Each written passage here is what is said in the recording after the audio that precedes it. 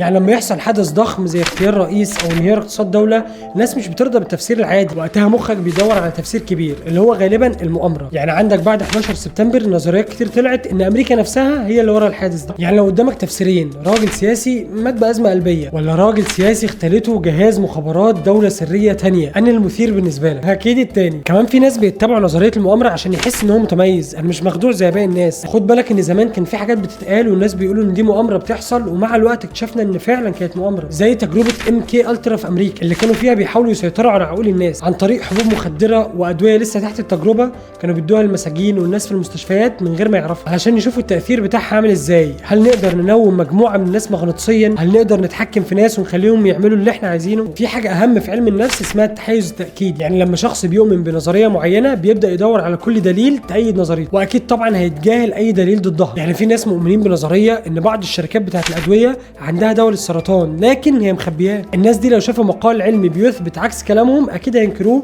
او يقول لك ده اكيد ممول منه. ومين عارف، يمكن الفيديو ده يكون مؤامره عشان تعمل لي سبسكرايب.